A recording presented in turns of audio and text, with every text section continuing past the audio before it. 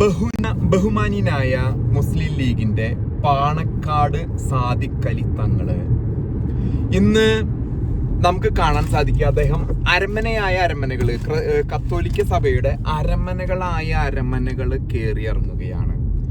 പലതരത്തിലുള്ളവര് അദ്ദേഹത്തിനെ സ്വാഗതം ചെയ്യുന്നു. അദ്ദേഹം പോകുന്നത് മുഴുവനും ഒരു അത്ര സ്വീകാര്യമല്ലാത്ത സ്ഥലങ്ങളിലാണ്. അതായത് കത്തോലിക്ക സഭയുടെ തന്നെ പലതരം വിഭാഗങ്ങളും ബിഷപ്പുമാരും മെത്രാന്മാരും ഇരിക്കുന്നുണ്ട്. അവർക്ക് പല സങ്കുചിത താല്പര്യങ്ങളുള്ള മെത്രാന്മാരുണ്ട്. ഞാൻ നേരത്തെ സൂചിപ്പിച്ച പോലെ അത് മെത്രാനായാലും തങ്ങളായാലും ഇമാമായാലും പള്ളിയിൽ അച്ഛനായാലും മനുഷ്യരാണ്. ഇത് മുസ്ലിം വിഭാഗവും ക്രിസ്തീയ വിഭാഗവും പറയുന്നത് ഇവർക്കൊന്നും ഒരു സ്പെഷ്യാലിറ്റി ഇല്ല. മുകളിലുള്ള ദൈവത്തിനൊഴിച്ച് ഇവരാരും പ്രത്യേകപ്പെട്ട ആൾക്കാരില്ല, ആരും ബഹുമാനിക്കണമെന്നൊന്നും എങ്ങും എഴുതി വെച്ചിട്ടില്ല. അത് നിങ്ങൾക്ക് സംശയം ഉണ്ടെങ്കിൽ ആര്യാടൻ മുഹമ്മദ് എന്ന് പറഞ്ഞൊരു കോൺഗ്രസിന്റെ നേതാവ് പറഞ്ഞിട്ട് തങ്ങൾ കുടുംബത്തിനൊന്നും വലിയ അവർ വിശ്വസിക്കുന്നത്, അവരുടെ വിശ്വാസം എന്ന് പറയുന്നത് പ്രവാചകനിലും അള്ളായിലും ആണ് വിശ്വസിക്കുന്നത്. അപ്പൊ ഈ തങ്ങൾ കുടുംബത്തിന് ഒരു പ്രത്യേക ഇത് അങ്ങനെ അദ്ദേഹം പ്രവാചകന്റെ കുടുംബ പരമ്പരയിൽ പെട്ടതാണെങ്കിൽ പോലും അദ്ദേഹത്തിന് ഒരു പ്രത്യേകത ഇല്ല എന്ന് എഴുതിയിരിക്കുന്നത്. ഇനി നമുക്ക് വിഷയത്തിലേക്ക് വരാം. ഇദ്ദേഹം എന്ത് ആത്മാർത്ഥതയോടെ അല്ലെങ്കിൽ എന്തിന്റെ അടിസ്ഥാനത്തിലാണ് ശ്രീമാൻ സാദിഖ് അലി ചേട്ടൻ ഈ വക അരമനകൾ കയറി ഇറങ്ങുന്നത്? ഞാൻ നേരത്തെ സൂചിപ്പിച്ചു, പലപ്പോഴും പറഞ്ഞു, താങ്കളുടെ കാപ്പട്യം ഞാൻ തുറന്നു കാണിക്കും. താങ്കള് ചന്ദ്രിക ദിനപത്രത്തില് എഴുതിയിരുന്നു ഹാഗിയ സോഫിയ എന്ന കത്തോലിക്ക പള്ളി പിടിച്ചെടുത്തത് നന്നായി എന്ന് താങ്കൾ എഴുതി. എന്നിട്ട് അത് മാറ്റി പറഞ്ഞോ താങ്കള്? അത് 1500 വർഷം മുമ്പ് നബി ജനിക്കുന്നതിന് മുമ്പുള്ള ഒരു കത്തോലിക്ക പള്ളി, അത് എർഡോഗൻ പിടിച്ചെടുത്തതിനെ പറ്റി താങ്കള് അത് തെറ്റായി പോയി താങ്കൾ എഴുതി. എർഡോഗൻ പിടിച്ചെടുത്തോട്ടെ, താങ്കൾ കേരളത്തിലെ ചന്ദ്രിക ദിനപത്രത്തിൽ എഴുതി ഇത് തെറ്റായി പോയി, ഞാൻ എഴുതിയത് തെറ്റായി പോയി എന്ന് പറഞ്ഞിട്ടാണ് താങ്കൾ പോയത്. ഇനി വഖഫ് വിഷയത്തിൽ താങ്കൾ വരാപ്പുഴ രൂപതയിൽ മെത്രാനെ കാണാൻ വന്നു. വഖഫ് വിഷയത്തിൽ താങ്കൾ പറഞ്ഞത് ആരെയും കുടിയൊഴിപ്പിക്കില്ല.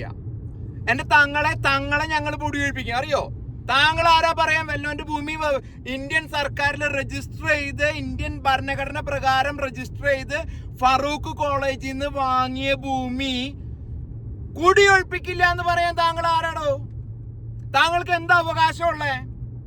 ഇത് ശരീഅത്ത് നിയമമല്ല. ഇവിടെ കേരളത്തില് ഇന്ത്യൻ ഭരണഘടന പ്രകാരം 610 കുടുംബങ്ങൾ വിലയിട്ട് വാങ്ങിയ ഭൂമി അവിടെ വന്ന് ഉണ്ടാക്കാവുന്ന അലമ്പ് ഉണ്ടാക്കിയിട്ട് താങ്കൾ എന്തടിസ്ഥാനത്തിലാണ് കുടിയൊഴിപ്പിക്കില്ല എന്ന് പറയണേ? ഉഡായിപ്പും കാപ്പട്യത്തിന്റെയും മുഖംമൂടിയാണ്. തെറ്റുപറ്റാം, എന്നാൽ താങ്കൾ അത് അംഗീകരിക്കണം. തെറ്റായി പോയി, ഞാൻ ചന്ദ്രികയിൽ ഹാഗിയ സോഫിയ പിടിച്ചടക്കാൻ പറഞ്ഞത് പിടിച്ചെടുത്ത് നന്നായി എന്ന് എഴുതിയത് തെറ്റായി പോയി. അല്ലെങ്കിൽ വഖഫ് ഇത് വഖഫിന്റെ അല്ല എന്ന് വന്ന് പറയണമായിരുന്നു. വെറും കത്തോലിക്കരെ പറ്റിക്കുന്നതിന് വേണ്ടി മാത്രമാണ് താങ്കൾ ഈ പണി ചെയ്യുന്നത്. ചതി. വെറും 26% ഇസ്ലാമിക വോട്ട് മാത്രമല്ല കത്തോലിക്കരെയും പറ്റിച്ച് കോൺഗ്രസിൽ കൊണ്ടുവന്ന് ഭരണം കിട്ടിയാൽ ചതിക്കാനുള്ള വഴി. അത്രമാത്രമാണ് താങ്കൾ ചെയ്യുന്നത്. താങ്കൾക്ക് ഒരു അവകാശവും ഇല്ല. ഇപ്പൊ പോയിട്ട് ക്ലിമീസ് മെത്രാനിയോ അതല്ലെങ്കിൽ വരാപ്പുഴ രൂപത ഇനി ക്രിസ്മസിന് കേക്ക്. വെറും കാപ്പട്യത്തിലാണോ താങ്കൾ വിശ്വസിക്കുന്നത്? താങ്കൾക്ക് മുമ്പുള്ള ഷിഹാബ് തങ്ങൾ, ഹൈദരാലി തങ്ങൾ, ഇത്തരത്തിലുള്ള പരിപാടി അവർക്ക് അവരുടെ മതം ഉണ്ടായിരുന്നെങ്കിൽ ഇത്തരം കാപ്പട്യത്തിന് നിൽക്കില്ലായിരുന്നു. മതേതരത്വം എന്ന് പറഞ്ഞാൽ ലീഗിന് ഒരു നിലപാട് ഉണ്ടായിരുന്നു. അത് നിങ്ങളുടെ ഭാഗം. ഞാൻ കത്തോലിക്കരോടും ക്രിസ്തീയ വിഭാഗത്തോടും വ്യക്തമായിട്ട് പറയാം, ചതിക്കാൻ വേണ്ടി മാത്രം, കൊല്ലാനും മോഷ്ടിക്കാനും ചതിക്കാനും വേണ്ടി മാത്രമാണ് കള്ളം വരുന്നതെന്ന് ബൈബിളിൽ എഴുതിയിട്ടുണ്ട്. നിങ്ങൾക്കത് മനസ്സിലായി. കാരണം കത്തോലിക്ക സഭയെ ഇസ്ലാമിസ്റ്റുകള് വിഴുങ്ങിയിരിക്കും കേരളത്തില്.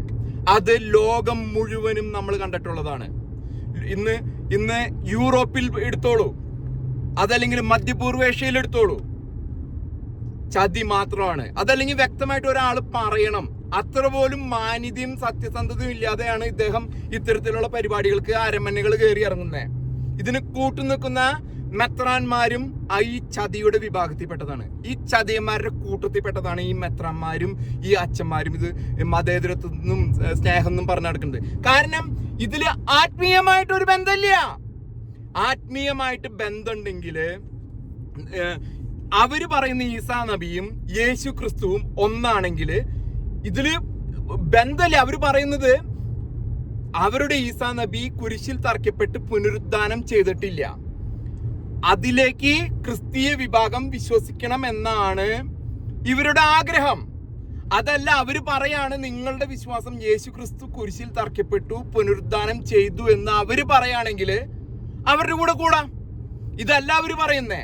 എം അക്ബർ പോലെയുള്ള വ്യക്തികൾ വന്നിട്ട് പറയുന്നത് നിങ്ങൾ ഞങ്ങളുടെ കൂടെ കൂട്, ഇതൊന്നാണെന്നാ. അതിൽ നമുക്ക് ആത്മീയമായിട്ടൊരു ഭാഗമില്ല. സാമൂഹികമായിട്ടുള്ള രാഷ്ട്രീയമായിട്ടുള്ള ഇന്നത്തെ കേരളത്തിന്റെ നിലയിൽ ചതിക്കാനും വഞ്ചിക്കാനും മാത്രമാണ് ഇസ്ലാമിസ്റ്റുകൾ ഇറങ്ങിയിട്ടുള്ളത്. അവർക്ക് ഉത്തരം ഉണ്ടെങ്കിൽ പറയട്ടെ. അപ്പൊ ഇതിന് കൂട്ടു നിൽക്കണ മെത്രാന്മാരും അച്ഛന്മാരും വെറും ഉഡായിപ്പാണ്. വ്യക്തികൾക്ക് ഇവിടെ ആത്മീയതയിൽ ഒരു ഇതുമില്ല. മുകളിലുള്ള ദൈവം ഒഴിച്ച് കഴിഞ്ഞിട്ട് അത് ഇസ്ലാമിലാണെങ്കിലും ക്രിസ്ത്യാനിയിലാണെങ്കിലും വ്യക്തികൾക്ക്, ഈ ഭൂമിയിലെ വ്യക്തികൾക്ക് അവരുടെ സങ്കുചിതമായ കാപ്പടത കൊണ്ട് മാത്രമാണ് ഇത് ചെയ്യുന്നത്. അപ്പം കേരളത്തിലെ ക്രിസ്തീയരും ഹിന്ദുക്കളും ഇത് മനസ്സിലാക്കണമെന്ന് ഞാൻ നിങ്ങളോട് വിനീതമായിട്ട് അഭ്യർത്ഥിക്കുകയാണ്. അരമന മുഴുവനും കയറി ഇറങ്ങിയത് കൊണ്ട് ഒരു വോട്ടും ലീഗിനോ കോൺഗ്രസിനോ, ഒപ്പം തന്നെ കമ്മ്യൂണിസ്റ്റുകളെയും ഹൈന്ദവ ക്രൈസ്തവ വിഭാഗങ്ങള് അനുഭവിച്ചറിഞ്ഞു കഴിഞ്ഞു. ഇനി നിങ്ങൾക്ക് വോട്ടില്ല എന്ന് തീരുമാനം എടുത്തു കഴിഞ്ഞു.